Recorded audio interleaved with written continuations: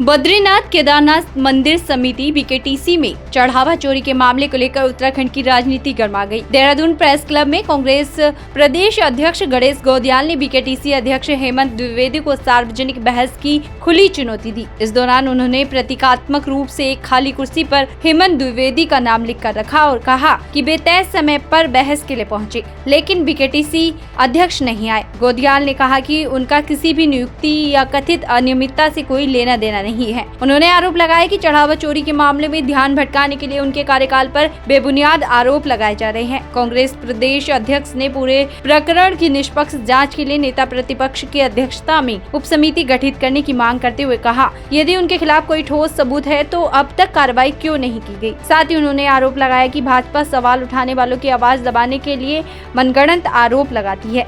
देहरादून से अभिषेक की रिपोर्ट। साथियों का हार्दिक अभिनंदन, स्वागत।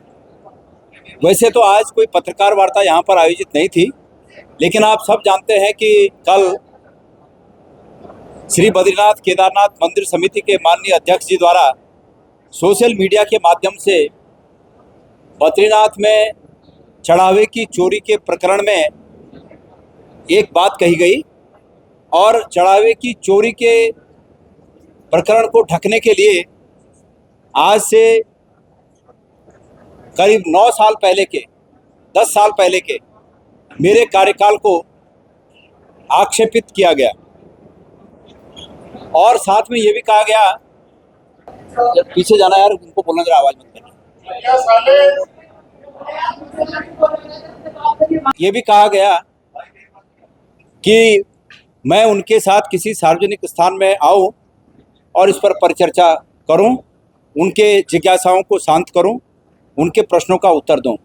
मुझे जब इस बात को सोशल मीडिया पे जानकारी मिली तो उनके इस कथन के, उनके इस स्टेटमेंट के सिर्फ 56 मिनट बाद मुझे पता लग गया और मैंने तत्काल, मैं उस समय कहीं जा रहा था, हरिद्वार की तरफ जा रहा था, और मैंने उस पर आके लाइव आकर उनके इस प्रस्ताव को सहर्ष स्वीकार किया और मैं मन से उनको मैंने धन्यवाद भी दिया कि कम से कम कोई तो व्यक्ति है जिसमें ये मादा है कि वो इस प्रकार से चुनौतियों को स्वीकार करे। और सार्वजनिक जीवन में ये मौके कम आते हैं कि हम अपनी बात को अपने विरोधियों के सामने सच्चाई के साथ रखकर सत्य को स्थापित करने का प्रयास कर सकें। मुझे खुशी हुई इस बात की और मैंने इसको स्वीकार किया।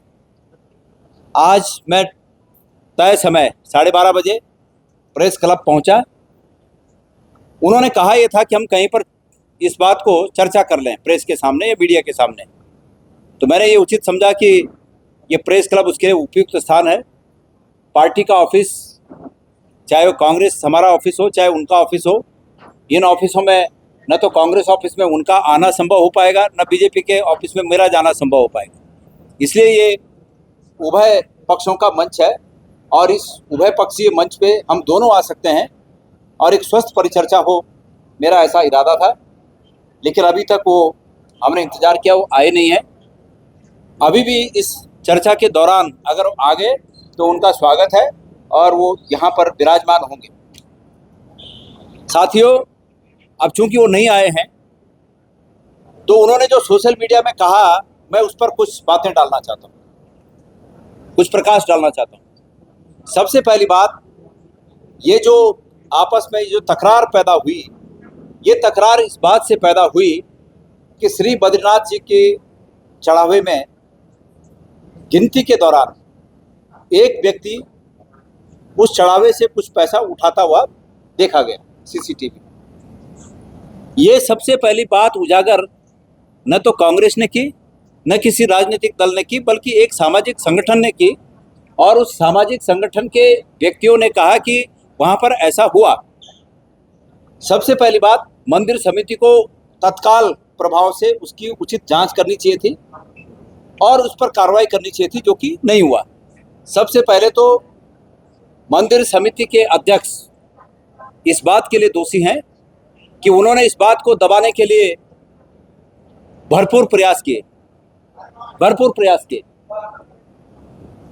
और उसके बाद जब हमने ये बात उठाई, मुझे ये बात कुमाऊं दौरे के दौरान पता लगी और बागेश्वर में बाबा बागनाथ के मंदिर में हमने 1 घंटे का मौन उपवास किया कि अयोध्या में राम मंदिर में चोरी हो रही है, हमारे उत्तराखंड में भगवान बद्री विशाल जी के मंदिर में चोरी हो रही है, और ये चोरी करने वाले लोग आज जो सत्ता में लोग हैं, उनके करीबी लोग हैं। इस बात को हमने उठाया और कांग्रेस पार्टी के इस बात को उठाने के बाद हम ये मानते थे कि प्रदेश के मुख्यमंत्री इस मामले में इंटरवेन करें और ऐसे लोग जो जांच को प्रभावित कर सकते हैं उनको साइड करें और एक तटस्थ जांच करें, लेकिन वो नहीं हुआ। अब मामला ये है कि जो व्यक्ति इस चोरी में आरोपित हैं वो व्यक्ति मंदिर समिति के अध्यक्ष के वैयक्तिक सहायक हैं। जब ये बात पता चली कि वो वैयक्तिक सहायक हैं और उस वैयक्तिक सहायक को वर्तमान अध्यक्ष जी ने वैयक्तिक सहायक के उनके दायित्व के अलावा प्रोटोकॉल अधिकारी और साथ साथ में गणना के काम में, मतलब जो चढ़ावा आता है उसकी गणना में भी उनके एक्सेस को सुनिश्चित किया, ये गणना के काम में भी जा सकते हैं। ये बहुत ही गंभीर और आशंकित करने वाला मामला लगता है। अध्यक्ष जी को ये बिल्कुल उचित नहीं है कि वो अपने आदमी को, अपने जिसके साथ उनका नाम जुड़ा हो, उस व्यक्ति को गणना के काम तक लगाएं।